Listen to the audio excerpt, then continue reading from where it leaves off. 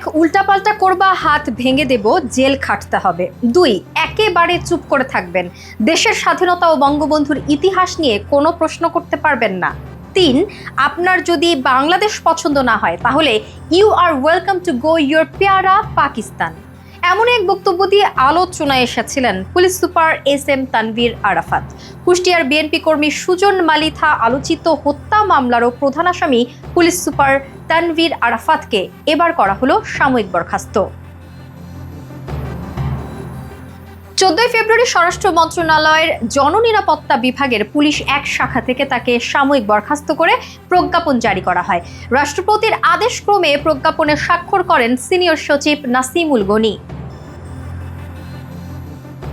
প্রজ্ঞাপনে বলা হয়, Sylhet range DIG কার্যালয়ের পুলিশ সুপার SM তানভীর আরাফাতকে কুষ্টিয়া সদর থানার মামলায় গত 26 ডিসেম্বর গ্রেফতার করা হয়। একই দিন আদালতে হাজির করা হলে তার জামিন নামঞ্জুর করে কারাগারে পাঠিয়ে দেন আদালত। 2018 সালের সরকারি চাকরি আইন 39-এর 2 নং ধারার বিধান মোতাবেক তাকে সাময়িক বরখাস্ত করা হলো। সাময়িক বরখাস্তকালীন তিনি সিলেট রেঞ্জ ডিআইজির কার্যালয়ে সংযুক্ত থাকবেন এবং বিধি অনুযায়ী খোরপোশ ভাতা পাবেন বলেও প্রজ্ঞাপনে উল্লেখ করা হয়েছে। জুলাই আগস্টে ছাত্র জনতার অভ্যুত্থানের সময় তিনি বরিশাল মেট্রোপলিটন পুলিশের ট্রাফিক বিভাগের উপকমিশনার ছিলেন। আন্দোলনে সাংবাদিকদের ওপর হামলার অভিযোগও ছিল তার বিরুদ্ধে। এছাড়াও 2019 সালের 13 সেপ্টেম্বর মধ্যরাতে পুলিশের সঙ্গে কথিত বন্দুক যুদ্ধে সুজন মালিথা নিহত হন। এর আগে সুজনকে তার বাড়ি থেকে তুলে নিয়ে যাওয়া হয়েছিল। বিচার বহির্ভূত হত্যার অভিযোগ এনে ওই ঘটনায় গত 29 সেপ্টেম্বর কুষ্টিয়া মডেল থানায় মামলা হয়। এতে আসামি হিসেবে মোট 15 জনের নাম উল্লেখ করা হয়েছে। অজ্ঞাত আসামি করা হয়েছে আরও 10 থেকে 12 জনকে। মামলার এজাহার সূত্রে জানা যায়, কুষ্টিয়া সদর উপজেলার টাকিমারা গ্রামের বাসিন্দা ইসমাইল মালিথার ছেলে সুজন মালিথা ছিলেন বিএনপির কর্মী। আওয়ামী লীগ সরকারের দুঃশাসনকে চ্যালেঞ্জ করে নানা ঘাত প্রতিঘাত ও জুলুম নির্যাতন সহ্য করে দলের কাজ করতেন।